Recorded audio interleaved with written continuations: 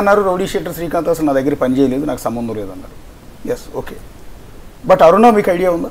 అసలు పరిచయం కూడా లేదు అశోక్ గారు. టీవీలో చూడటం మొన్న అరుణ్ అనే వ్యక్తి నాకు పరిచయం కూడా లేదు. ఏ రోజు నా వద్దకు కూడా రాలేదు. కేవలం వివాదం జరిగిన తర్వాత తెలియటం తప్ప ఈ విషయంలో ఎందాకైనా ఏ విచారణకైనా మీకు కావాలంటే నా లాస్ట్ 10 సంవత్సరాల నాది, నా తమ్ముడు కోటంరెడ్డి గిరిది అందరిది కూడా ఫోన్ లిస్ట్ కూడా ఇస్తా, కాల్ రికార్డు కూడా ఇస్తా. 2 మీరు విచారించుకోండి. ఇందాక మీకు చెప్పా శ్రీకాంత్ తండ్రి నా వద్దకు వచ్చాడన్నా, శ్రీకాంత్ తెలుసు అని చెప్పా. నేనే మీకు దాచిపెట్ల, శ్రీకాంత్ కుటుంబం తెలుసు అని చెప్పా. చెప్పిన వ్యక్తిని అరుణ నిజంగా తెలిసి ఉంటే నాకు తెలుసండి ఇలాంటి పనులు చేస్తుందని నాకేం తెలుసు అని నేను చెప్పొచ్చు, తప్పించుకోవచ్చు. కానీ అరుణ్ అనే వ్యక్తి నాకు అసలు కనీసపాటి పరిచయం కూడా లేదు. ఈ విషయంలో బిగ్ టీవీ అదే బిగ్ టీవీ నేను అడుగుతున్నా. మీరు నాకు తెలిసి మీ ఛానల్లో అనుకుంటా ఒక ఇంటర్వ్యూ వచ్చింది. ఆమె ఏమన్నదంటే దేవుడు ఫోటోల కింద నిల్చుకుంది. మీరు ఎప్పటికి అడిగారు కాస్త కూర్చోమని, కాదు దేవుడు ఫోటోల కాడే ఉండాలా అని చెప్పింది. ఆ దేవుడు ఫోటోల మధ్యలో నా ఫోటో కూడా పెట్టింది. పెట్టి ఏం మాట్లాడింది, శ్రీకాంత్కి నేనంటే సగం ఇష్టం, సగం కోటంరెడ్డి సార్ అంటే ఇష్టం అని చెప్పింది. అంటే ఈ స్క్రిప్ట్ మీకు అర్థం కావటం లేదా? మీకు ఏమనిపిస్తుంది? మొదట దేవుడు దేవుడు అంటే ఎవరైనా మాకు అర్థం కాల. ఆవిడ ఏంటంటే వ్యూహాత్మకంగా ఏడుస్తున్నట్టుగా ఒక్కసారిగా సోఫాలో కూర్చోగానే దేవుడి ఫోటో పక్కన మీ ఫోటో కనపడింది. సో ఈవిడ చెప్తున్న దేవుడు ఈ దేవుడు ఈయనేనా అనేది ప్రొజెక్ట్ అయింది. ఇదంతా స్క్రిప్ట్ కదా. రెండోది నన్ను దేవుడు అని చెప్తుంది కదా. మరి మొన్న ఎన్నికల్లో 2024 ఎన్నికల్లో ఇదే అరుణ ఎవరి కోసం పనిచేసింది? టీవీల్లో వీడియో క్లిప్పింగ్లు వచ్చాయి. వైఎస్ఆర్ కాంగ్రెస్ పార్టీ కోసం పనిచేయలేదా? నేను అత్యంత కష్టకాలంలో ఉన్నా, జగన్మోహన్ రెడ్డి గారు విభేదించి 16 నెలలు అధికారం దూరంగా జరిగా, నా యొక్క కీలకమైన ఎన్నికలయ్యి ఆ ఎన్నికల్లో చావో రేవో నేను గెలిచి తీరాల్సిన పరిస్థితి. నిజంగా నన్ను దేవుడిలాగా ఆరాధిస్తే, నిజంగా నా మీద అంత ప్రేమ ఉంటే ఎన్నికల్లో నా కోసం పనిచేయాలన్నా లేదా మీరు ఆలోచన చేయండి.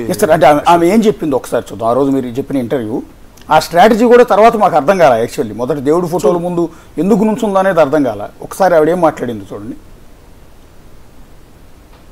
నేను పేరుని చెప్పనండి, ఎందుకంటే ఆయన మాకు దైవంతో సమానం అండి.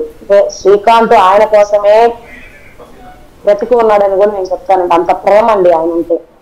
ఈవెన్ నాకు కూడా, నేను శ్రీకాంత్ ప్రేమించినప్పటి నుంచి కూడా, నాకు పరిచయమైనప్పటి నుంచి కూడా ఎంత గొప్పగా చెప్తాడంటే ఆయన గురించి అంత గొప్పగా చెప్తాడండి. నేనైతే పేరు చెప్పదలుచుకోలేదండి. ఆయన అంటే మాకు అపారమైన అభిమానం ఉంది.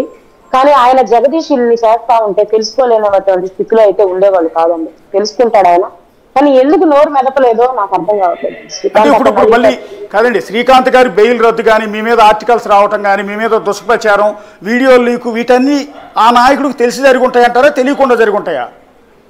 సార్ అవి తెలిసి జరిగాయా తెలియకుండా జరిగాయా అయితే నాకు తెలియదు. కానీ ఆయన క్యారెక్టర్ అయితే నమ్మిన వాళ్ళ కోసం ప్రాణం ఇచ్చే క్యారెక్టరే కానీ మోసం చేసే క్యారెక్టర్ అయితే కాదు సార్, అది మాత్రం చెప్పగలను. కానీ జగదీష్ ఇలా చేస్తున్నాడని ఆయనకు అసలు వాస్తవంగా తెలుసో లేదో నాకైతే తెలియదు సార్. ఒకవేళ తెలియకపోతే ఇప్పుడు తెలుసుకుంటే కూడా జగదీష్ పిలిపించి ఖచ్చితంగా ఆయన అడుగుతాడు సార్. ఇప్పుడు ఆ నాయకుడు కాసేపు నాకు యూట్యూబ్ లింకులో అయినా ఈ వీడియో చూస్తారు, లేదంటే ఇప్పుడు టీవీ కూడా చూస్తూ ఉండొచ్చు. బహుశా ఆయనకి ఏమైనా అప్పీల్ చేసుకుంటారా మీరు? అప్పీల్ అదే సార్, నేను ఆయన అప్పీల్ కాదు సార్, నాకు అవకాశం ఇస్తే ఆయన కాళ్ళు పట్టుకుంటాను సార్ నేను పోయేసి. నాకు కావాల్సింది ఏంటంటే ఇప్పుడు ఎంక్వైరీ అంటున్నారు కదా సార్, ఈ జగదీష్ వల్ల రంగంతా ఆయన మీద వరదు. ఇప్పుడు ఈనాడులో పొద్దున వచ్చిందంట, వేరే వాళ్ళు ఫోన్ చేసి చెప్పారు. ఎస్కేప్ లో ఉన్నప్పుడు దండాలు నడిపాడు జగదీష్ అనే పెట్టుకొని, ఆయన 200 మందిని పెట్టుకొని ఇచ్చేసాడు. అన్ని వాస్తవాలు కాదు సార్. ఆయన లాస్ట్ ఎలక్షన్స్ అప్పుడు మాత్రమే జగదీష్ ని పిలిపించి మాట్లాడాడు. అంతకు ముందు జగదీష్ పాల వ్యాపారంకి హెల్ప్ చేసి ఉండొచ్చు సార్, అంతేగాని జగదీష్ చేసే అన్యాయాలకు కానీ, జగదీష్ చేసే ఇదిలో కానీ శ్రీకాంత్ పాత్ర లేదు సార్. ఆ పేరు అక్రమంగా వాడుకుంటున్నాడనే నేను నా ఆవేదన అంతా వ్యక్తపరిచి జగదీష్ నేను దూరం చేసేసాను.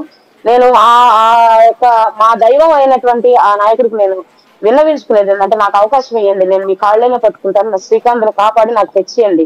మీ స్థాయిలో అనుకుంటే శ్రీకాంత్ బయటకు వచ్చి చాలా ఇదండి. సీఎం గారు ఆయనకి క్షమాపేక్ష పెట్టే అధికారం ఉంది, గవర్నర్ గారికి ఉంది. నా ప్రేమను బతికించింది. మీ రాజకీయాల్లోకి మేము ఎంటరాము, మీ రాజకీయాల్లోకి మేము రాము, అసలు మాకు వద్దు. నేను పేరుని చెప్పనండి, ఎందుకంటే ఆయన మాకు దైవంతో సమానం అండి. మీ ఛానల్లో అశోక్ గారు, మీ ఛానల్లో ఈ విధంగా మాట్లాడింది, మరొక ఛానల్లో ఆయన శ్రీకాంత్కి సగం నేను ఇష్టం అయితే సగం కోటమిరెడ్డి రెడ్డి ఇష్టం అని కూడా మాట్లాడింది. దాన్ని కూడా మీరు టీవీలో చూశారు. ఇదంతా చూసినప్పుడు ఒక స్క్రిప్ట్ ప్రకారం జరుగుతుందా లేదా? స్క్రిప్ట్ ప్రకారం అంటే ఎవరు చేస్తారు? నాకు ప్రత్యర్థులు ఎవరు? వైఎస్ఆర్ కాంగ్రెస్ పార్టీ. నిజంగా వారికి నా మీద అభిమానం ఉంటే అంత వివాదాలకి వాళ్ళు గురైన తర్వాత వాళ్ళు నా పేరు బహిరంగంగా చెప్తారా? అంటే వైఎస్ఆర్ కాంగ్రెస్ పార్టీతో ఈ అరుణ ఆ సోకాల్డ్ వ్యక్తులకు ఉండే సంబంధాలు కప్పిపుచ్చుకునేదానికి నానెత్తిన అంత బుర్ర జల్లడం తప్ప మరొకటి కాదని పసిపిల్లడికి కూడా స్పష్టంగా అర్థమవుతుంది. అవసరమైతే వచ్చి మీ కాళ్ళు పట్టుకుంటానంటున్నాను. దేనికి? అప్పటికే నేను ఇచ్చే ఫెరోల్ లేఖను తిరస్కరించారు. మేము లేఖ తిరస్కరించిన 14 రోజులతో ఫెరోలు ఇచ్చారు. పత్రికల్లో వార్తలు వచ్చినాయి, ఫెరోలు రద్దు చేశారు. ఇవన్నీ కూడా అంటే నిజంగా నాకు అంత సన్నిహితులైతే నాకు అళ్ళు పట్టుకోవాల్సిన అవసరం ఉందా? ఇదంతా స్క్రిప్ట్ ప్రకారం పద్ధతి ప్రకారం జరుగుతుంది అనుకోవట్లేదా? అంటే మీరు అనొచ్చు, చాలామంది ఉన్నారు కదా తెలుగుదేశం పార్టీ ఎమ్మెల్యేలు, వైఎస్ఆర్ కాంగ్రెస్ పార్టీ మీ మీద ఒక కుట్ర దేనికి చేస్తుందని. మేము వైఎస్ఆర్ కాంగ్రెస్ పార్టీలో చాలా కాలం పనిచేసాం, జగన్ గారితో విభేదించాం, దూరం జరిగాం, వీధుల్లోకి వచ్చాం, పోరాటం చేసాం, కేసులు పెట్టించుకున్నాం, లాఠీ దెబ్బలు తిన్నాం, అనేక కష్ట నష్టాలు మొత్తం కూడా పడ్డాం. ఈరోజు ఇటీవల కాలంలో పత్రికల్లో సోషల్ మీడియాలో ప్రచారం జరుగుతూ ఉంది. ఏమని? మంత్రివర్గ విస్తరణ జరగబోతూ ఉంది, కోటమిరెడ్డి రెడ్డికి మంత్రికి పోతున్నారని. మంత్రివర్గ విస్తరణ జరుగుతుందని చంద్రబాబు నాయుడు గారు చెప్పలా, వస్తుందని నేను చెప్పలా, మీడియాలో జరిగే ప్రచారం.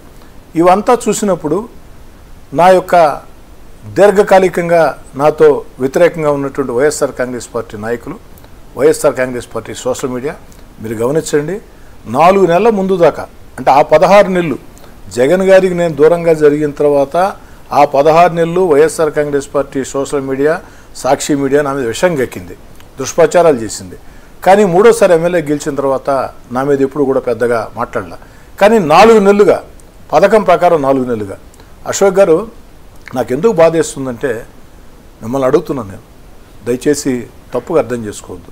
ఏంది బిగ్ టీవీలో కూర్చొని నన్నే ప్రశ్నిస్తావా అని చెప్పని. మీరు నన్ను ఇంటర్వ్యూ పిలిచారు ఒక వివాదంలో. అశోక్ గారు, అధికారంలోకి వచ్చి తెలుగుదేశం పార్టీ కూటమి 14 నెలలు అయింది.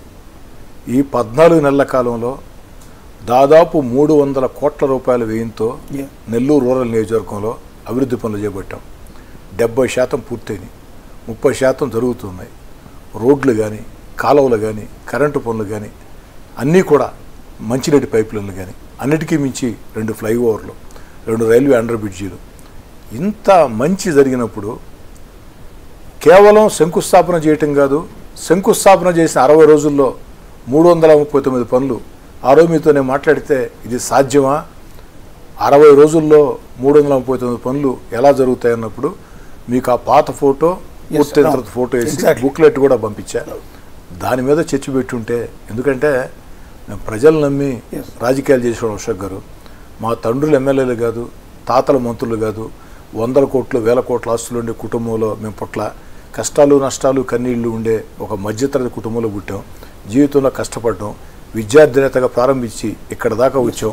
ప్రజలందరూ ఆశీస్సులతో, కార్యకర్తల కష్టంతో, స్నేహితుల సహకారంతో నిరంతరం ప్రజల్లో ఉండే వ్యక్తులమి ఎన్నికలు ఉన్నాయా లేవని అలాంటి సానుకూల అంశాల మీద ఒక కష్టం చేసిన ఎమ్మెల్యేగా ఇది గుర్తించి ఇంట్రో చేసి ఉంటే బాగుండేది. కానీ ఇలాంటి వివాదాల్లో నాలాంటి వ్యక్తిని ఇంట్రో చేయటం అనేది నేను కూడా కొంచెం బాధపడుతున్నాను. ఎగ్జాక్ట్లీ సార్, ఆ పెయిన్ ఉంటుంది. ఎందుకంటే పనిచేసే ప్రజాప్రతినిధి ఇవాళ రేపు ఎమ్మెల్యేగా గెలవటం, వాళ్ళు వచ్చి ఇక్కడ హైదరాబాద్లో వ్యాపారాలు చేసుకుంటున్నారు చాలామంది. కాన్స్టిట్యున్సీలో ప్రజలకు అందుబాటులో ఉండి ఇన్ని అధికార పార్టీతో సొంత ఒకరికిద్దరు ఎమ్మెల్యేలు అంటారు, మీరు మీ బ్రదర్. ఆయన అయితే ప్రతిరోజు గుమ్మం చుట్టూ తిరుగుతూ ఎక్కిన గుమ్మం ఎక్కడం దిగటం ఏదో అంటారు. ఆ టైప్లో మీ తమ్ముడు గారు ఆయన ప్రతిరోజు తిరుగుతున్నాం. ఇంతలా కష్టపడే ఎమ్మెల్యే వేరే వాళ్ళు లేరు. ఆ విషయంలో మేము యాక్సెప్ట్ చేస్తాం. అది మేము టెలికాస్ట్ చేసాం, మీ ముందు ధైర్యంగా చెప్తున్నాం. మీరు చేసిన 339 అభివృద్ధి కార్యక్రమాలు బిఫోరు ఆఫ్టర్ ప్రతిదీ మేము టెలికాస్ట్ చేసాం. కావాలంటే యూట్యూబ్ లింక్లన్నీ కూడా మీకు తీసి పంపిస్తాం. ఏ ఎమ్మెల్యే మీద కూడా మేము ఇవ్వాలి. Thank you Ashok garu. సీరియస్గా ఏ ఎమ్మెల్యే మీద కూడా వేయాలి. ఎందుకంటే మేము చాలామంది ఎమ్మెల్యేని చూస్తుంటాం, అక్కడ గెలుస్తారు, వచ్చి హైదరాబాద్లో కూర్చొని వ్యాపారాలు చేసుకుంటాం.